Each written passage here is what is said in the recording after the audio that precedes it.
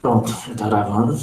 É, vocês viram que na semana passada eu fiz o encontro, depois eu postei lá o link para a gravação. Claramente, quem quiser assistir ou quem precisar assistir porque não teve como participar, vai poder sempre fazer isso, certo?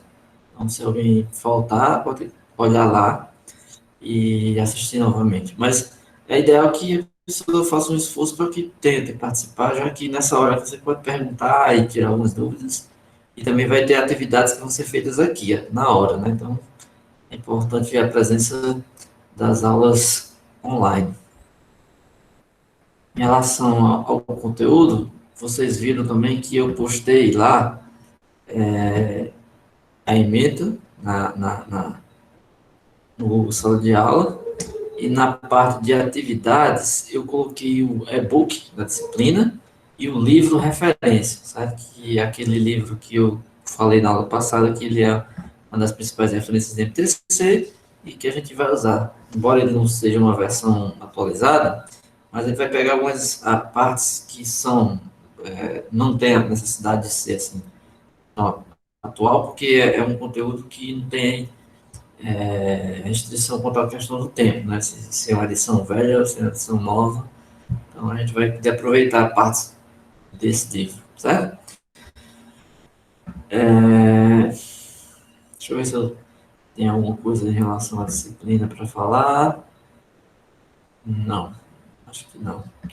Eu coloquei aqui algumas coisas referentes à aula, só para me lembrar aqui, para não deixar eu esquecer, mas tinha mais coisas da outra disciplina, né? Vocês não tem muita coisa não. Na aula passada, na verdade, a gente não chegou a fazer uma aula, a gente só fez a discussão do material e da forma de fazer a aula, tá bom? Eu vou compartilhar aqui minha tela agora para começar a apresentar.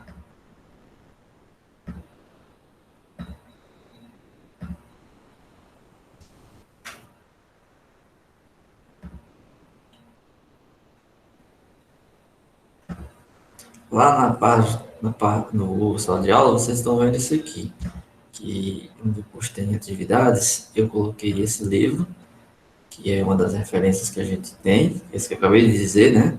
Que ela é uma das referências principais em metodologia de trabalho científico, mas nesse caso aqui eu só consegui essa versão um pouco mais antiga, né? Um pouco mais atrasada. Mas nós vamos pegar partes aqui que a gente pode utilizar independente da época do livro, certo? E há uma versão um pouco mais moderna, embora também já tenha uns anos de atraso. Porque assim, a parte que pode ser mais moderna, a gente vai fazer na prática. A parte mais teórica, dependendo do livro, não tem muito isso de o livro ser novo, ser velho, não tem muito isso não, certo? Então, esses dois livros estão aqui no Google Sala de Aula para quem não viu, certo? Quando terminar a aula, eu vou postar aqui também nesses espaços os links para os vídeos e também qualquer material escrito que a gente for usar, eu vou estar postando aqui. Posto também no nosso grupo do WhatsApp. Também tem essa página aqui que, não sei se vocês viram, eu coloquei o link, eu acho. Acho que eu passei o link para vocês. Só meu nome, faustino.com. Aqui vocês vão poder também encontrar todo o material que a gente for usar na disciplina. Tem a ementa, vai ter a agenda, o calendário, vai ter aqui também os links para você baixar o material que eu colocar, PDF, qualquer coisa aqui. E também vai ter a forma de você assistir aqui. Você pode clicar e assistir a gravação que eu vou deixar aqui. No caso aqui são gravações das aulas, não precisa vocês assistirem se vocês estão aqui presentes na aula, entendeu? Agora, se vocês por acaso quiserem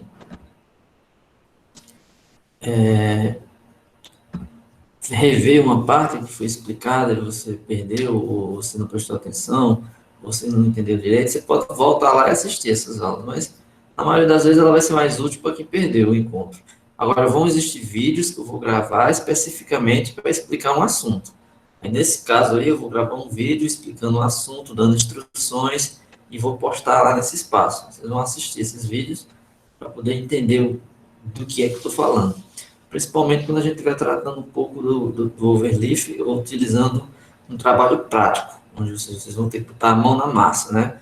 escrever alguma coisa, ou seja, em qualquer plataforma dessas, certo? Bem, vou compartilhar agora com vocês a tela do primeiro, desse e-book aqui.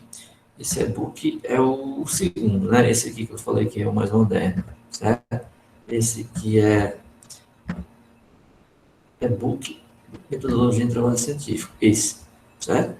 Esse aqui está aqui, já vou colocar no primeiro capítulo, porque a gente vai começar mais ou menos do começo.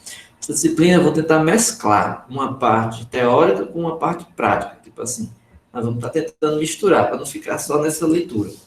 Como não é uma disciplina especificamente assim do meu ramo, né, eu sou da matemática pura, mas é uma disciplina que todo mundo que faz graduação faz, é uma disciplina que tem todas as graduações, todas, somente nas licenciaturas você vai encontrar, para poder discutir sobre o que é trabalho científico e por que estudar metodologia de trabalho científico, né? Bem, é de se imaginar que vocês todos têm uma noção, uma pequena noção do que seja a disciplina. E pelo nome você vê, metodologia do trabalho científico. Qual é a noção que vocês têm em relação a isso? A primeira coisa que vem da ideia da disciplina é o nome, né? Metodologia, que vai ser os métodos onde a gente vai aprender a fazer trabalhos científicos, ou se não fazer, mas pelo menos compreender como é que eles são feitos. Eu digo assim, fazer, não necessariamente fazer, porque existem diversos tipos de trabalhos científicos, e um trabalho científico feito no rigor, como deve ser, ele não é feito assim de imediato, né? E além de não ser feito de imediato, ele também precisa você aprender antes como é que se faz, para depois você fazer o trabalho. Então, numa disciplina como essa, não faz sentido a gente tentar fazer aqui uma coisa, vamos dizer assim, um trabalho científico rigoroso, de tal forma que você obtenha um resultado, consiga ao longo do semestre concluir um trabalho desse tipo. Não, nem haveria tempo para isso, certo? Você vai aprender aqui são os métodos com que se trabalha o estudo científico, né, as ciências, como é que esses trabalhos são feitos na parte prática de escrita, como é que eles são publicados, aonde eles são publicados e como eles são feitos, né? Assim, no sentido de que como se dá o processo de construção de um trabalho científico. Você consegue ver aí, né? Eu tenho que estar voltando, quando vocês escrevem no chat, eu não consigo ver, eu tenho que voltar aqui e olhar. Mas eu acho que foi no Sim, chat, sim, não. dá para Foi observar. alguém aqui no WhatsApp.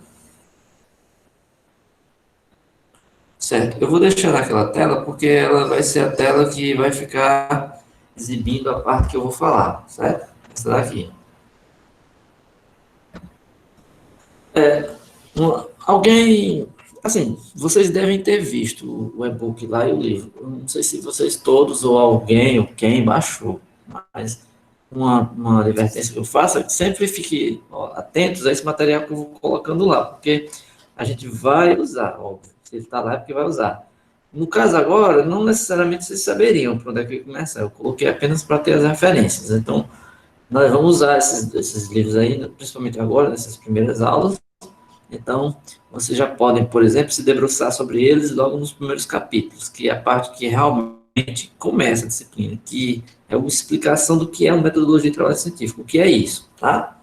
Aí essa aula de hoje, para ser um pouquinho chata, porque é meio de leitura.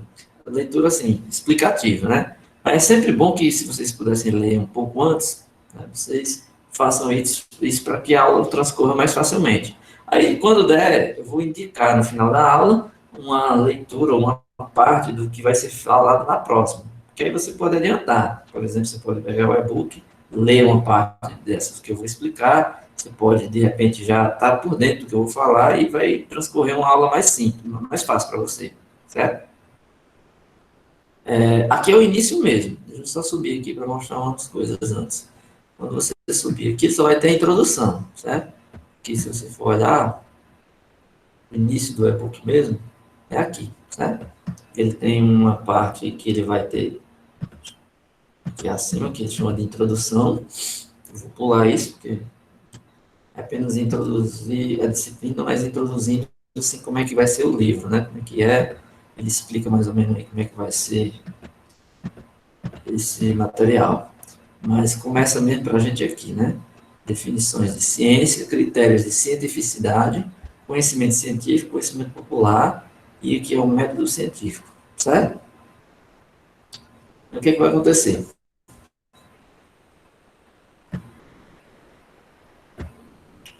Ele está dizendo, ele já começa ressaltando a importância da metodologia científica nos estudos acadêmicos na universidade.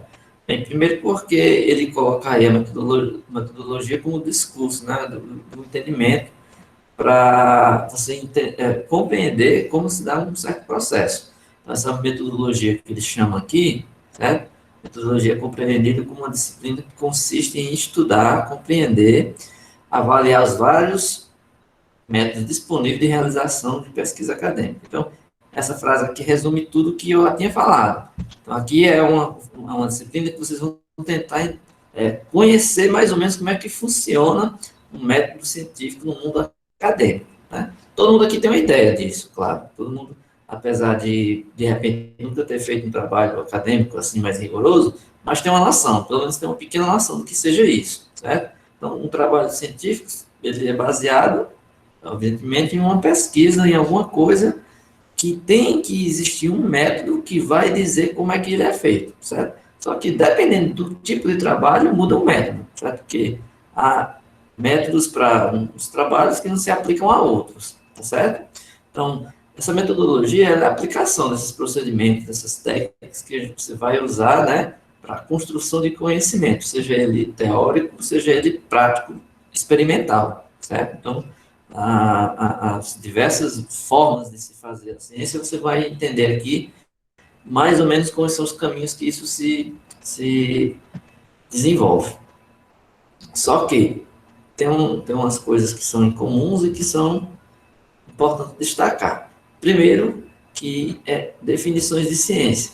Lá no título, no título, lá no começo, ele coloca a questão do conhecimento científico e o conhecimento popular. Então, assim, já fica aqui uma primeira grande discussão do que é conhecimento científico, o que é uma coisa que é dita cientificamente comprovada, e o que é uma coisa popular, o que é uma coisa que é conhecida, mas não é utilizada de método científico.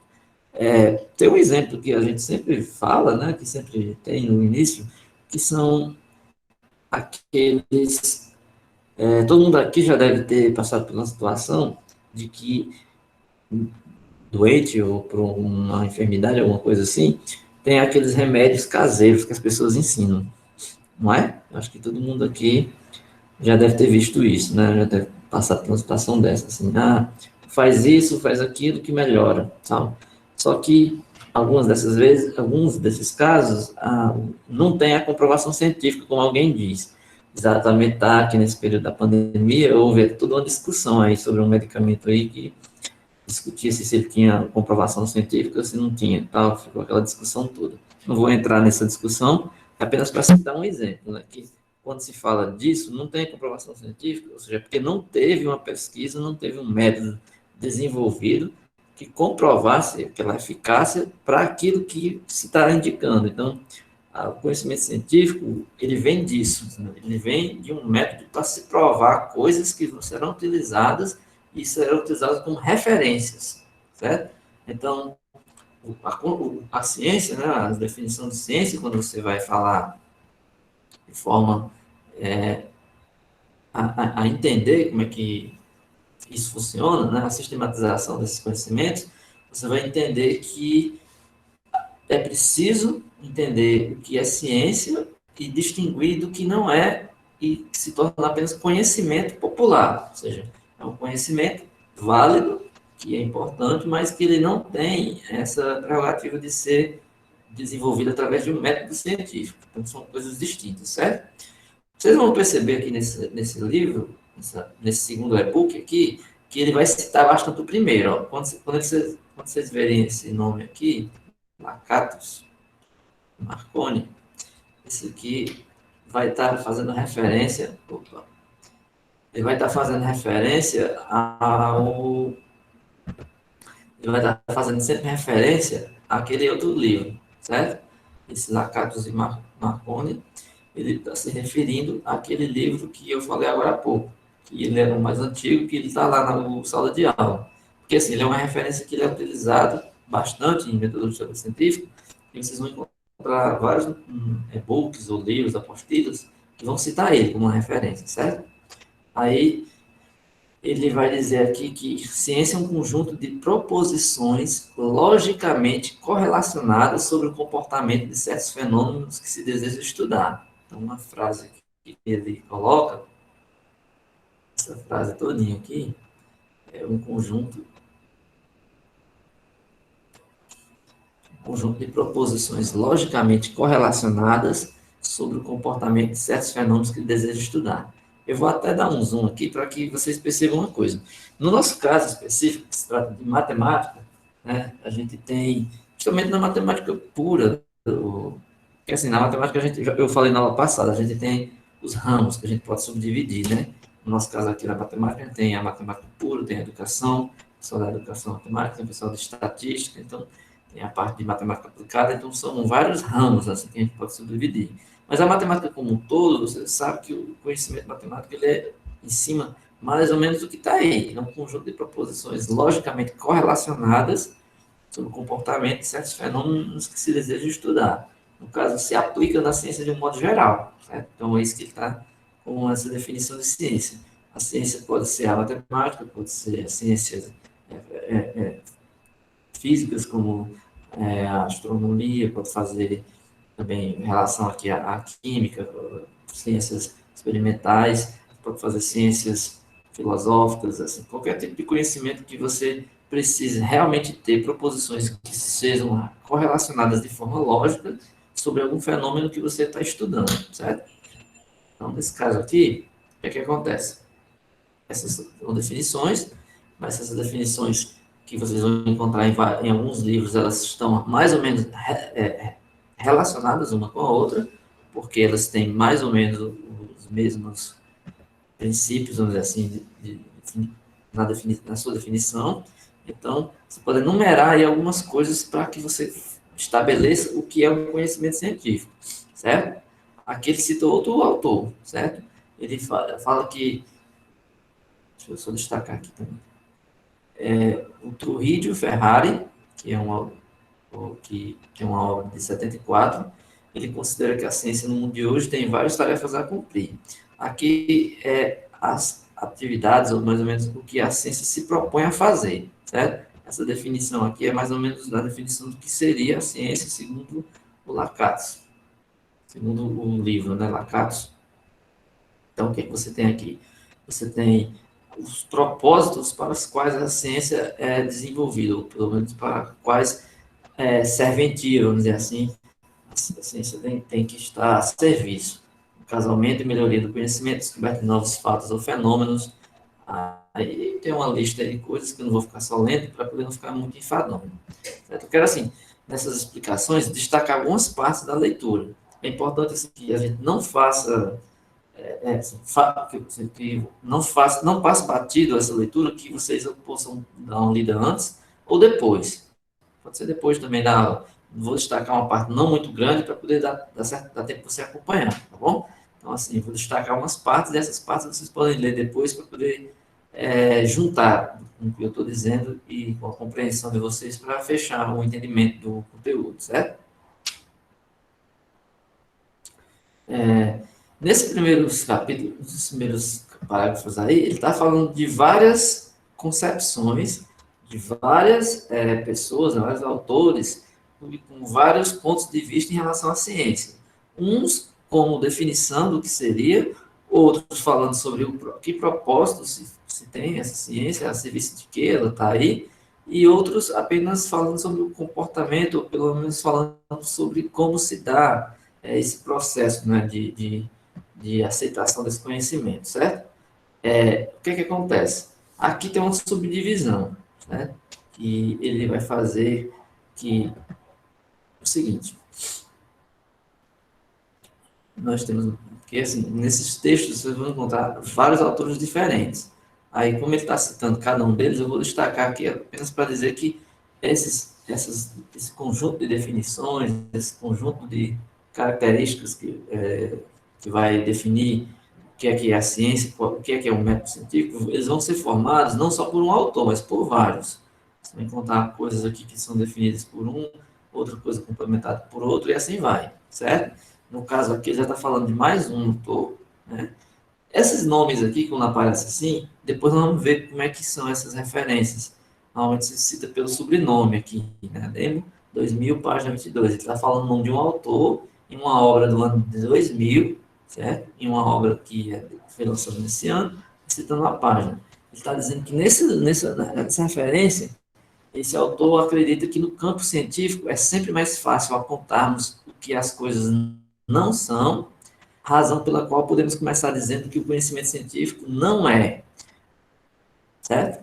Para o autor, apesar de não haver limites rígidos para tais conhecimentos, o conhecimento científico, ele coloca 3 pontos de destaques, certo?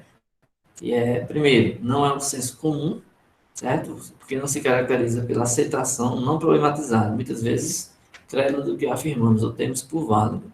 Ou seja, ele está querendo dizer que não é uma coisa que vamos dizer assim, ao alcance de que todos tenham o mesmo entendimento, certo? Então, não é uma coisa que tenha essa característica, certo? Aí ele vai destacar aí o motivo, né? Por quê, né? Ele vai explicar o que o conhecimento científico representa, muitas vezes, direções que apontam para a não validade de uma coisa que já era conhecida. Por exemplo, vocês já viram situações como até hoje acreditava-se que tal coisa funcionava de um jeito. Aí, a partir de uma certa pesquisa, de um certo trabalho, aquela crença de que aquilo valia passou a mudar, através de um novo trabalho que foi mostrado que aquela coisa que se acreditava ser verdadeira, ela não era como se imaginava. Então, ele está dizendo que as coisas também têm esse ponto de vista aí, de que é válido para se fazer ciência derrubar ou desconstruir certos conhecimentos já pré-existentes que não são mais válidos, ou que não são, vamos dizer assim, não são mais aceitáveis, vamos dizer assim, por essa palavra. Outros 2 pontos importantes, que segundo, não é sabedoria ou bom senso. Eles apreciam componentes como convivência e intuição. Então, quer dizer que a lei da prática historicamente comprovada em sentido moral. Só para dizer que não é questão de ser sabedoria ou bom senso, mas sim, vamos dizer assim, argumentação em cima de fatos, né? Não necessariamente de raciocínio puramente intuitivo, né? Que nós vamos falar dessa questão dos métodos mais à frente. E a questão de terceira que ele destaca, que não é ideologia, porque não tem como alvo central tratar de realidade, mas justificar a posição de conhecimento, que ele chama a posição política do conhecimento, certo? Bem, esses pontos que eu estou destacando aqui, eu não queria ficar só lendo, tem mais um que é a questão do não é paradigma específico. Eu não vou ficar só lendo, porque eu acho um pouco. Eu não estou acostumado a dar esse tipo de aula assim, né? Lendo, fazendo essas leituras. O que nós vamos fazer mais para frente é dividir essa tarefa com vocês, essa parte da leitura. Quando eu vou deixar a atividade, como eu vou fazer hoje no final da aula, eu vou colocar assim, uma parte desse e-book para que vocês leiam, certo? Porque aí vocês vão poder, lendo e tirando sua compreensão. Porque na minha concepção, quando a gente faz essa leitura, né, quando eu faço essa leitura diretamente para vocês, eu tenho que não é muito proveitoso. Porque alguns podem estar nem prestando atenção direito no que eu estou falando, outros podem estar desconcentrados aí, sem estar entendendo exatamente o que está escrito aí. Então, é sempre bom, primeiro, que você leia para que você tenha a sua interpretação. Certo? Aí, através da sua interpretação, do que você leu, do que você tirou dali, aí você vai ouvir o que a gente tem a falar e discutir com os colegas. Né? Então, também fazer isso. Gerar algumas discussões aqui nesses encontros de tal forma que vocês possam ficar trocando ideias em relação a esses assuntos na aula, né? Assim, para tentar fazer uma aula do mais participativa possível de vocês. Porque se não for assim, uma parte da disciplina vai se tornar chata. se eu ficar só lendo, e explicando o que está aí no PDF. Então, para tentar evitar isso mais para frente, a gente pode gerar discussões em cima de partes que em grupos ou grupos estudem e defendam seus pontos de vista e apresentem também. E, inclusive, isso vai valer como nota também, né? Não, vocês fazem apresentações aqui com partes dos slides explicando e tentando mostrar aqui pontos de vista importantes em relação ao conteúdo, certo? Deixa eu só voltar aqui em cima. Deixa eu ver aqui a página 16, né? Deixa eu só voltar aqui para mostrar uma coisa aqui.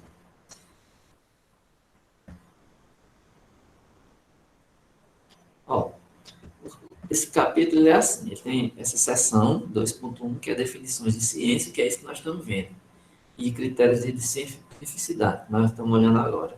Aí conhecimento científico e conhecimento popular, que é isso que eu falei agora há pouco no início, que há uma diferença entre você estar falando de um conhecimento do ponto de vista científico, estudado, provado, utilizando um método chamado método científico, e o conhecimento popular, que é um conhecimento que é mais cultural, vamos dizer assim, mas que não se tem um método científico por trás, certo? Aí, claro, como ele vai falar sobre isso, então ele vai explicar o que é o método científico. Aí, na explicação do método científico, você precisa fazer um parênteses, ou abrir aí uma seção para muita coisa. Ele vai falar do que são métodos de abordagem, ele vai explicar o método dedutivo, indutivo, hipotético dedutivo, dialético, método. Vai ter um nome aqui para cada um deles. Muitas dessas coisas aqui eu preferia deixar como atividade. Por quê? A gente ganharia mais tempo. Se você conseguisse fazer essa leitura e fazer alguns poucos resumos, anotações, um fichamento, alguma coisa em relação a alguma dessas partes, para poder a gente gerar uma aula mais interessante. Porque, por exemplo, aqui seria bom a gente discutir sobre esses métodos, método dedutivo e método indutivo. Mas aí, para gerar esse debate, é bom que você já tenha um lido, tá certo? É o que eu vou deixar lá no final da aula, tá certo? Sim, eu estava aqui só para mostrar isso, né? Então, assim, por enquanto não está aqui nessas sessões aqui do capítulo 2. Na outra referência também tem essa parte, então vocês podem pegar também lá, mas por enquanto eu vou destacar essa porque a gente vai falar dela ainda em relação a isso, utilizando esse livro como referência. Parei aqui na 16, né? São os critérios de cientificidade. Deixa eu botar aqui, vocês estão. Todo mundo aí? Deixa eu ver. Então, 19, eu acho que tá legal aqui, eu acho que tá bom a participação, acho que tem quase todo mundo.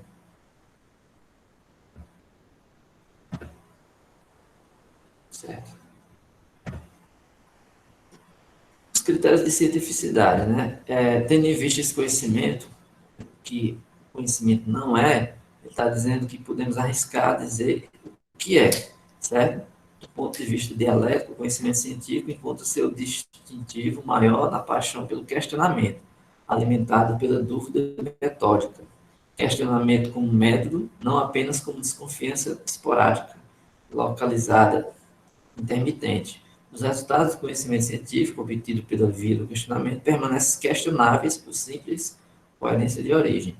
Ele vai falar aí sobre assim, o que se caracteriza esses critérios de cientificidade. Aí ele já diz mais ou menos o que, uma das coisas fundamentais, que é o questionamento, né, como um método, né, que você utiliza no conhecimento científico, é utilizado.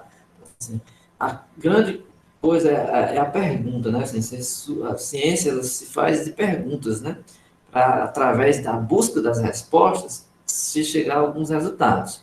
Então, quando você faz as perguntas, significa que você está querendo encontrar ali alguma solução, algum resultado, alguma coisa que leve a você a obter uma resposta para tirar assim, a sua curiosidade em relação a essa pergunta que você fez. E esse movimento de ir atrás da resposta é o que faz a ciência se desenvolver, certo? Então, o que é que acontece?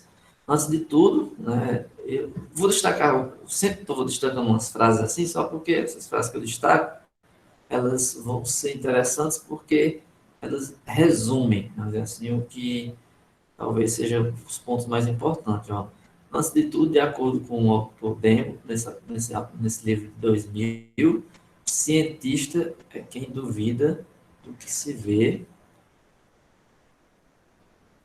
se diz, aparece e ao mesmo tempo não acredita, pode afirmar algo com certeza absoluta. Ou seja, o cientista é um ser sempre à procura de respostas, né? Então, ser cientista é quem duvida do que vê, se diz, aparece e ao mesmo tempo não acredita, pode afirmar algo com certeza absoluta. Ele acredita que não se pode dizer algo com certeza absoluta porque ele acredita que algo pode ser mudado, vamos dizer assim. Então, se você diz que se duvida do que vê, no sentido de que não só ver seja o suficiente, ele tem que provar. Então, é essa questão que nós podemos começar a pensar que seriam os pontos mais importantes para definir o que é a ciência, né? O que é essa cientificidade que ele fala aqui no tema, no título, né? Ok. É, tá muito teórica essa aula, né?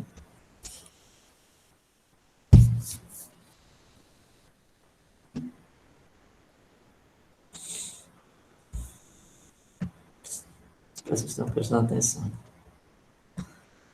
Vou destacar mais esses pontos azuis, aliás, verdes, né? Voltou, porque aqui ele vai falar da pergunta que eu acabei de mencionar, a questão dos critérios para a cientificidade, ou seja, o que poderia ser levado em consideração para considerar um conhecimento do ponto de vista científico, certo? Então, o objeto de estudo bem definido e de natureza empírica. Então, isso aqui é um ponto bem importante. Primeiro, o objeto de estudo bem definido e de natureza empírica. O que significa isso? Você tem que delimitar a descrição objetiva e eficiente da realidade empiricamente, ou seja, observável. É aquilo, isso é daquilo que pretendemos estudar, analisar, interpretar, verificar por meio de métodos empíricos, certo? Aí aqui já surge uma palavra, essa palavra é empíricos, empíricos, que aqui ele até destaca, deixa eu ver se ele coloca embaixo, ó. Eu vou circular aqui, vou destacar essa frase, empíricos, é importante essa frase. Para a ciência, empírico significa guiado pela evidência obtida em pesquisa científica sistemática. Essa palavra aqui é uma palavra que eu quero que vocês gravem. Gravem e não esqueçam. Então, empírico, que é empírico, significa guiado pela evidência obtida em pesquisa científica sistemática. Não precisa decorar essa frase, não é para decorar, é só para você entender o conceito. Uma coisa empiricamente significa dizer que ele foi guiado por alguma pesquisa, certo? Ou seja, ele foi guiado por uma evidência e essa evidência foi obtida por uma pesquisa feita em algum método, em algum sistema que utilizou os métodos científicos. Então, o conhecimento empírico é isso, certo? É o conhecimento guiado por evidências científicas. Então, empírico fica claro para todo mundo. Pode repetir isso várias vezes. Em algum momento eu vou cobrar isso de vocês, para perguntar numa aula, ou perguntar a algum de vocês, ou em alguma atividade, alguma avaliação, alguma coisa, eu vou falar o que é empírico, vou perguntar, e é a obrigação de vocês saberem. Certo? Isso aqui seria uma obrigação que o aluno que fizer metodologia de trabalho científico tem que terminar a saber pelo menos o que é isso. Se você encontrar um colega seu aí na rua, e ele perguntar o que é método científico, o que é o que é um conhecimento empírico, você tem que saber explicar para ele, certo? Então, gravem isso daí para poder não esquecerem, ok? Porque nesse ponto aqui que eu destaquei, essa palavra empírica, é justamente o que ele está definindo aqui, os critérios para a cientificidade. Ou seja, é um objeto de estudo bem definido de natureza empírica, ou seja, ele é um objeto de estudo que ele tem por si um método a ser estudado para poder ser desvendado, vamos dizer assim. Né? Então, por meio de métodos empíricos, científicos. Certo? Objetivação, ou seja, tentativa de conhecer a realidade tal como ela é, certo? Então, você tem aqui,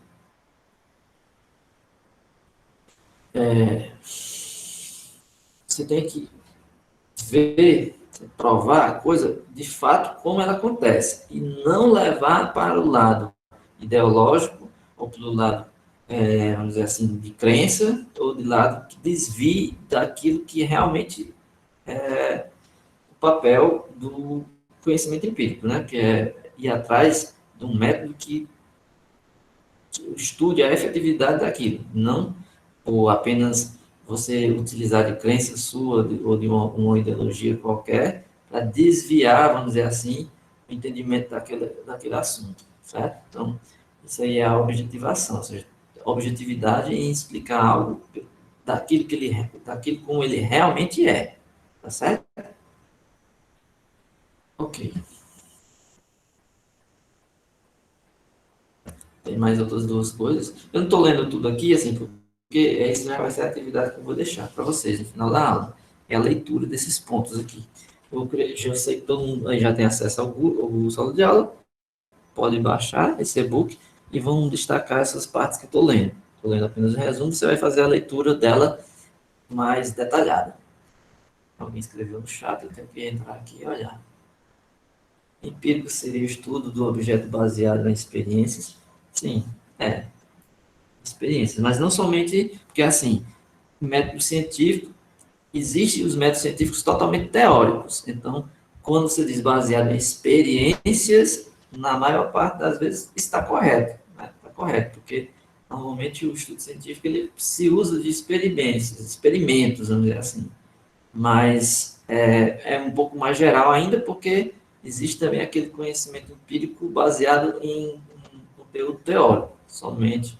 Mas para a resposta ser satisfatória, o que você respondeu aí já é suficiente para entendimento de um conhecimento empírico. Então, já eu diria que se alguém lhe perguntar e você respondesse isso, você já estaria dando uma resposta razoavelmente satisfatória, certo? Essa discutibilidade significa a propriedade de coerência no questionamento. Então, quando eu digo discutibilidade, significa a propriedade da coerência no questionamento.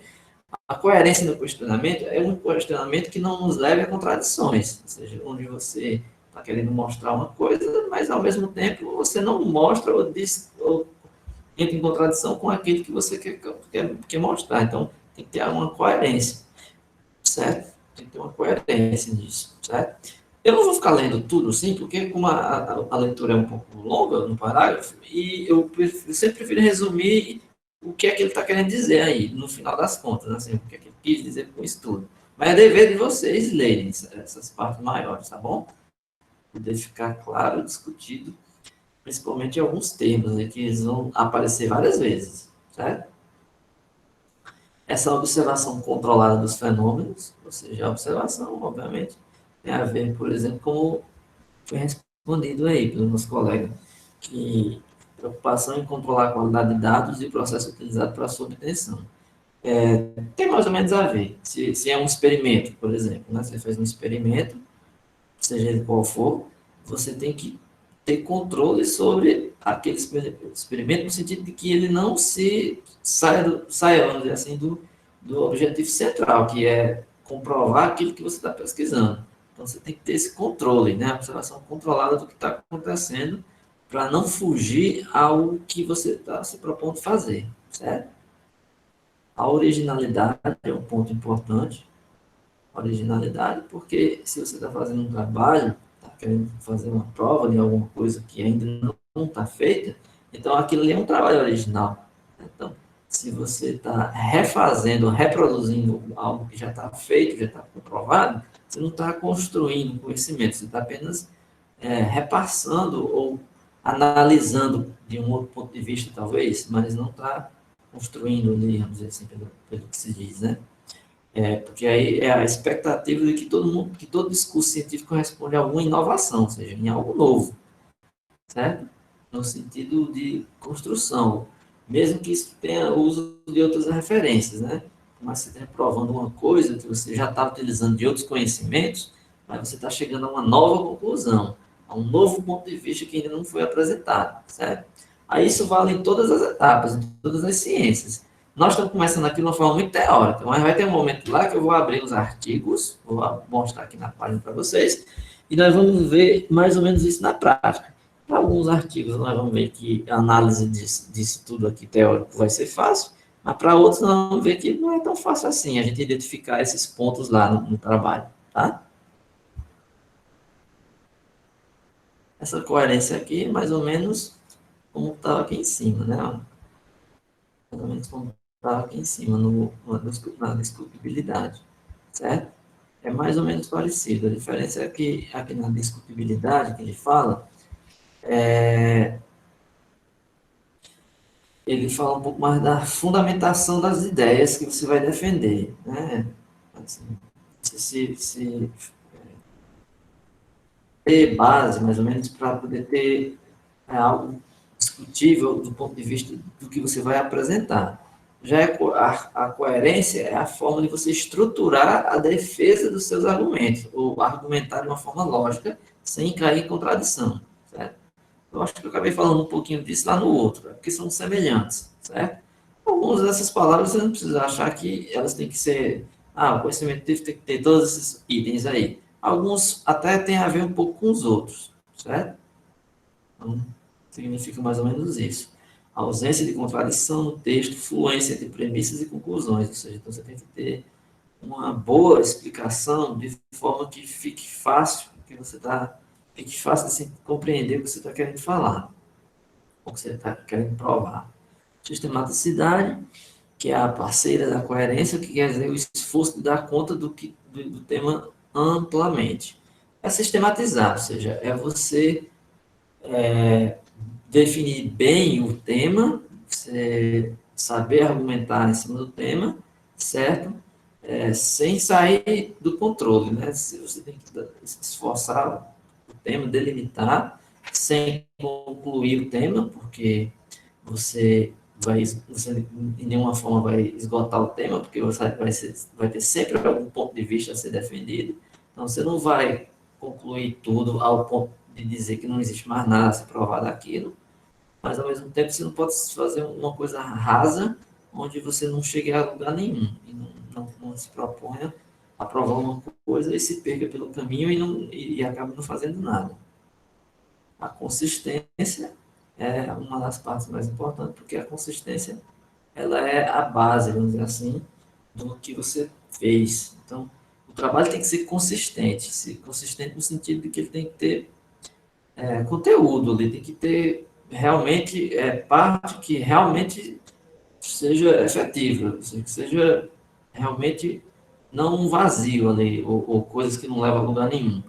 Tem que ter realmente uma base sólida, um trabalho técnico, uma coisa bem construída, bem elaborada, bem explicada, para poder ter um corpo, vamos dizer assim, bem definido, de tal forma que as pessoas possam realmente se convencer do que está feito ali, né? Do que está apresentado. Então, não pode ser uma coisa com dubiedade, assim, que deixe as pessoas em dúvida de que aquilo serve ou não serve, certo?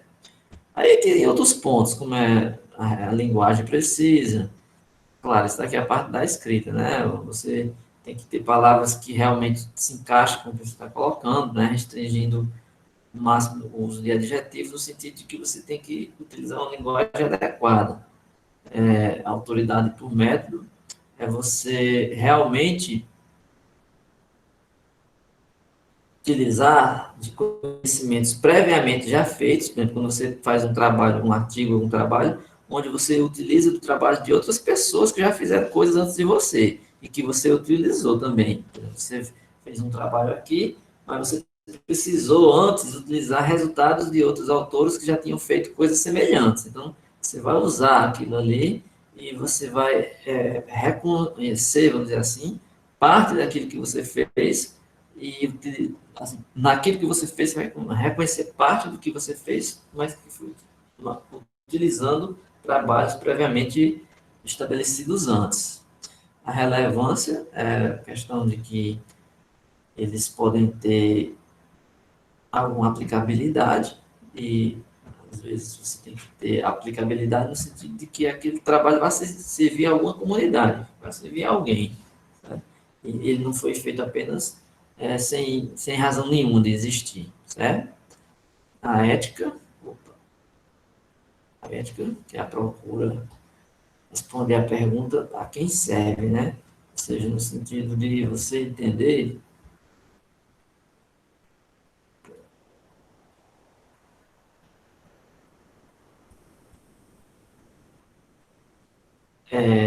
não se utilizar, né, de forma alguma desse trabalho, dessa construção desse conhecimento para serviços, vamos dizer assim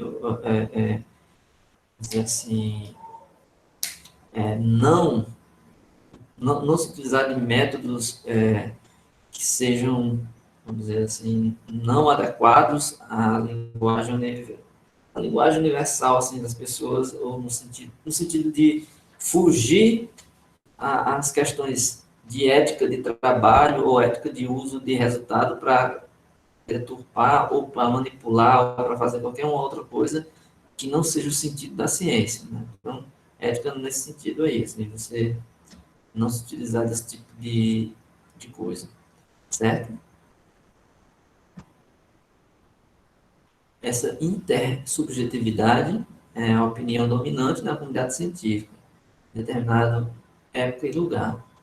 É assim, só para dizer isso que no caso você vai estar utilizando conhecimento, você vai dar opinião, escrito, coisas que são reconhecidamente usadas na comunidade científica, ou seja, que aquelas pessoas as quais vão avaliar seu trabalho, vão ler, vão referenciar, vão fazer qualquer coisa assim, você está utilizando de uma linguagem, está utilizando de um método que já é reconhecido, que é conhecido e que tem, vamos dizer assim, a defesa já é defendida pela essa comunidade científica, certo? Então, aí são alguns pontos de vista. Eu acho que talvez ainda, deixa eu ver se ainda tem mais aqui para baixo, acho que não. Já tem a outra seção, que é o conhecimento científico e o conhecimento popular, certo?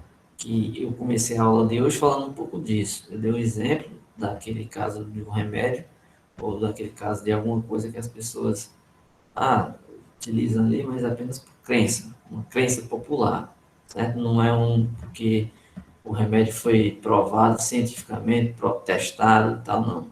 Aqui ele vai fazer uma tabela onde ele vai comparar o que é conhecimento científico e o que é conhecimento popular. Ele vai definir justamente o que é um e o que é outro. Em alguns são bem opostos aos outros, né? Por exemplo, aqui eu vou destacar no que diz respeito ao conhecimento científico, é real, lida com fatos. O conhecimento popular é valorativo, no sentido que é baseado nos valores de quem promove o estudo.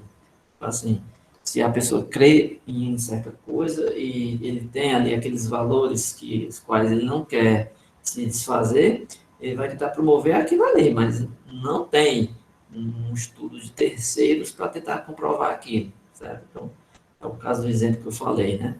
Alguma pessoa ensina algum, algum processo para alguém que não tem nenhuma aprovação, mas que ele usa e acha que dá certo, que algumas pessoas fazem e é recomendado, então vai mais pela crença dele, né? Mais pelos valores que ele tem, que ele entende daquilo. E não necessariamente vai pelo que é provado, então não é fato, certo? Então, assim, esse quadro aqui é um dos mais interessantes, porque ele coloca dos dois lados e coloca aqui a diferença, para deixar claro. O conhecimento científico é contingente, ou seja, sua veracidade ou falsidade é conhecida através da experiência. Já o outro é reflexivo, o popular. Não pode ser reduzido a uma formulação geral. Ou seja, você não tem ali uma coisa que você pode reformular e dizer que vale de uma certa forma geral, porque não existe, né? Essa reformulação geral, essa formulação geral. Sistemático no sentido que forma um sistema de ideias e não conhecimentos dispersos e desconexos, ou seja, é aquilo que a gente viu anteriormente, tem que ter uma argumentação lógica, tem que ter uma coisa bem aprofundada, né? Tem que ter consistência para poder fazer sentido. Já no assistemático, baseia-se na organização de quem promove o estudo, ou seja, não possui uma sistematização, ou seja, é o contrário, não tem, né, o que o conhecimento científico tem. O verificável demonstrável é o que não pode ser verificado ou demonstrado não é incorporado ao âmbito da ciência, ou seja, significa assim, se ele não é provado, não foi provado ainda, não foi demonstrado, ele ainda não é considerado cientificamente válido, certo? Não significa que é descartado. Significa dizer que ele ainda não foi comprovado, não tem essa comprovação. Então, falta isso.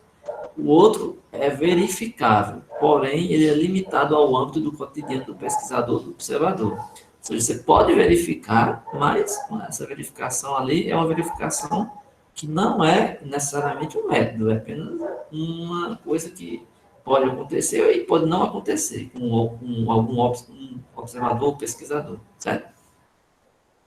E, por fim, falível e aproximadamente exato, ou seja, pode não ser definitivo, absoluto ou final. Aquilo que eu falei lá no início também, alguns métodos, algumas coisas, com o tempo a ciência muda.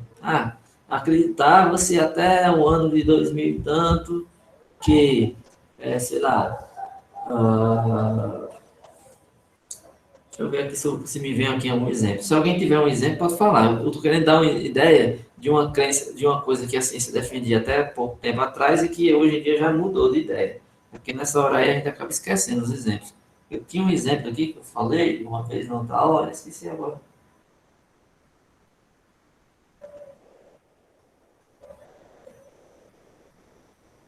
Eu vou criar um exemplo aqui falso, sem nenhum, apenas para ilustrar, tá bom? Suponha-se, né? Suponha-se que se tivesse uma coisa assim. Acreditava-se que até o ano 2000 e pouco, um banho frio, banho com água fria, ele de repente ele era mais eficaz para quem tem insônia, por exemplo. Eu tô falando isso aqui, eu não estou dizendo isso aqui é algo que eu estou falando aleatoriamente, apenas para ilustrar, sabe? Não estou dizendo que isso existe, não. Aí suponha-se, né, que fosse essa uma coisa defendida pela ciência. O banho frio ele ajuda para as pessoas que têm insônia. Aí com o tempo foi se fazendo experimentos, coisas do tipo assim, foi se verificando mudanças no comportamento das pessoas e com anos depois, aí isso já não era mais defendido, né?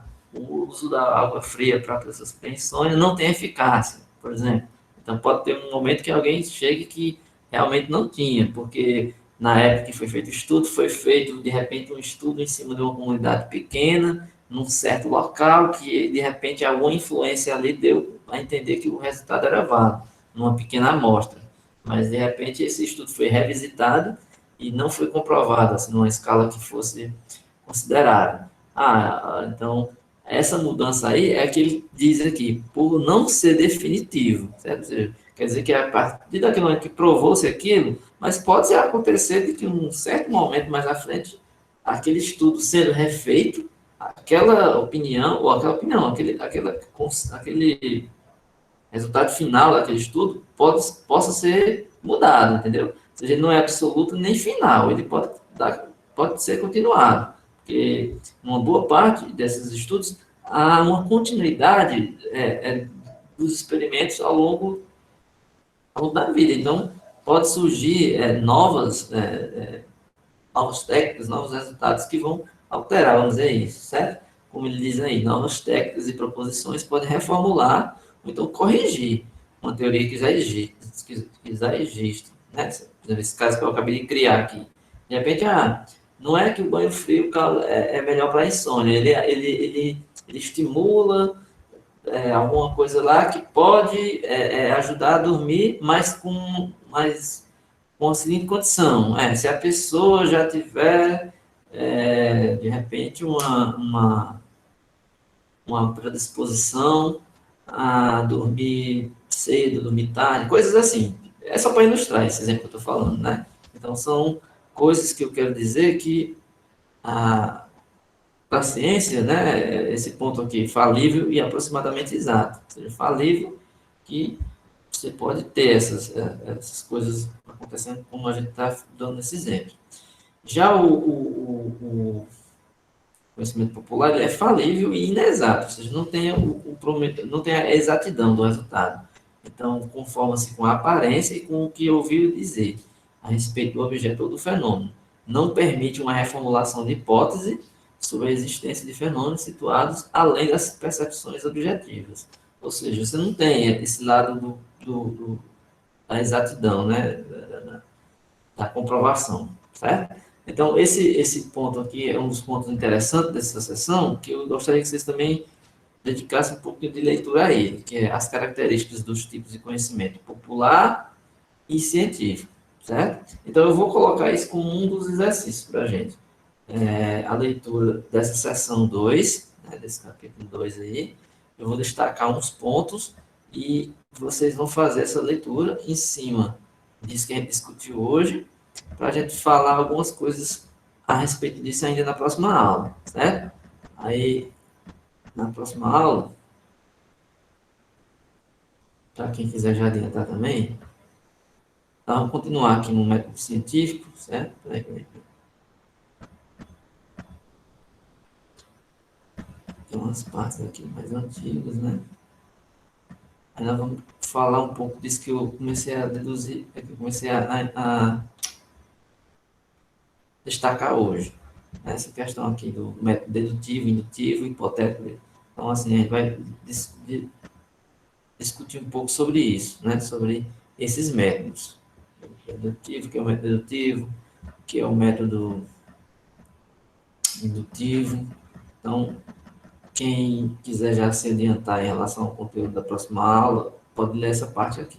Mas nós vamos começar discutindo isso que eu falei hoje. Então, fica aí como exercício, para vocês anotarem.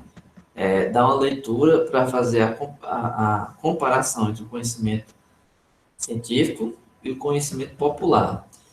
Outro exercício é você olhar os principais pontos, né, que são Ei, professor, por gentileza, o senhor poderia passar essa atividade por escrito no WhatsApp? Não, no WhatsApp não, vou fazer no Google Sala de Aula. Ah, tá, pode ser também. Qualquer lugar. Obrigado. Aí, eu estou falando aqui para que vocês fiquem já sabendo onde é que tá os lugares que eu falei, certo? Em relação ao conteúdo, né, esse que eu acabei de ler hoje, esse que eu li hoje, é um resumo. Como eu falei aqui, eu não quero ficar nas aulas apenas lendo, porque fica meio chato para vocês aí ficar vendo, eu apresentando uma leitura. Então, eu estou lendo aqui, mas destacando apenas os pontos principais. Quando vocês estiverem lendo isso aí, principalmente as partes que eu estou falando, aí a gente pode gerar uma discussão. Aí vocês vão falar, certo? Vou pedir para alguns alunos falarem. Em algum momento a gente pode criar aqui um grupo de alunos para vocês fazerem algum trabalho de apresentação, de apresentar um slide e vocês explicarem. Porque aí fica uma coisa que envolve vocês, certo? Vocês poderiam, eu abrir aqui, eu estou fazendo a apresentação, aí eu paro a apresentação, certo? Assim, para a apresentação, vocês começam a apresentação, um aluno ou um grupo de alunos vão fazer aquela leitura, vão fazer aquela explicação, e aquilo ali já vai ser uma atividade, certo? E nossas atividades ao longo do semestre, que vai valer nota e tudo, elas vão ser mais ou menos nesse estilo, certo? Vai ser em cima de coisas feitas aqui na aula, né, no encontro, e em algumas tarefas que vão ser deixadas para vocês fazerem também daquele outro jeito, escrito ou no Overleaf, ou no Word, ou em qualquer outra plataforma, certo? Alguém tem alguma pergunta? Alguém tem alguma coisa que queira mencionar em relação ao que eu estava lendo agora, ao conteúdo de hoje?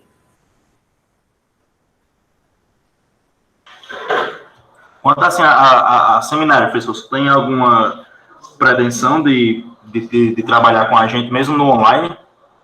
Seminário? Sim? Sim. Alguma coisa? Sim. Tranquilo. Porque assim, essa disciplina é uma disciplina teórica. Eu sou professor de matemática pura, né? Eu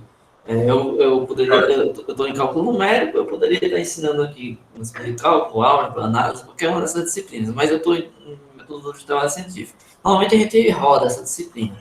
Ela pode cair na minha mão, pode cair na mão do professor de estatística, pode cair na mão dos professores da educação matemática, então ela sempre vai mudando, né? Mas qualquer professor que vai dar essa disciplina, independente da formação, são conhecimentos básicos que todo professor tem que passar por isso. Todos os professores fizeram a metodologia de trabalho científico e sabem o que é isso. Só que cada um utiliza ao seu modo na sua área. No meu caso, que é matemática pura, os artigos aos quais eu leio, as coisas às quais eu estudo, são relacionadas à matemática pura. Só que na disciplina aqui eu não posso falar só das coisas da matemática pura. Certo? Eu tenho que falar do modo geral, que abrange não só a matemática, inclusive. Tem que abranger o conhecimento científico de um modo geral, seja da matemática, seja da história, seja da biologia, química, não importa. Aí depois, em algum momento, a gente pode restringir para uma parte que trata só da matemática, certo? Por exemplo, quando eu falei naquele Overleaf, que é aquela plataforma para digitar, ali já é um local onde a gente pode trabalhar um pouco da escrita voltada para a matemática. Escrever trabalhos matemáticos utilizando uma ferramenta que foi pensada para matemáticos, certo? Aí é uma ideia, certo? Mas essa parte teórica em relação à apostila, em relação aos livros, em relação a essa parte de leitura, eu acho que fica mais interessante envolver vocês do que ficar eu só lendo. Vai ficar uma chatice, vocês vão dormir. Beleza. Aí, no caso, em relação a datas de... Já Não, a gente já alguma... Não, ainda não. Ainda não, né? Não, Tranquilo. ainda não pensei em nenhuma data. Porque o pessoal já poderia logo ir se organizando em grupos, né? Porque tem algumas pessoas que têm uma maior afinidade com outras, entendeu? Aí é mais tranquilo, né? Quando for para formar esses grupos, eu não vou fazer nenhuma objeção. Vocês podem fazer à vontade, do jeito que vocês preferirem, certo? No caso, eu posso definir apenas a questão da quantidade, né? Por exemplo, nós temos aqui em torno de 20 alunos. Se eu não me engano, são matriculados 19 ou 20. Não tenho certeza. Então, a gente pode fazer grupos de 5, sei lá. Eu ainda vou pensar, de acordo com a necessidade, certo? Mas vamos entrando no clima da disciplina e depois a gente vê o que faz.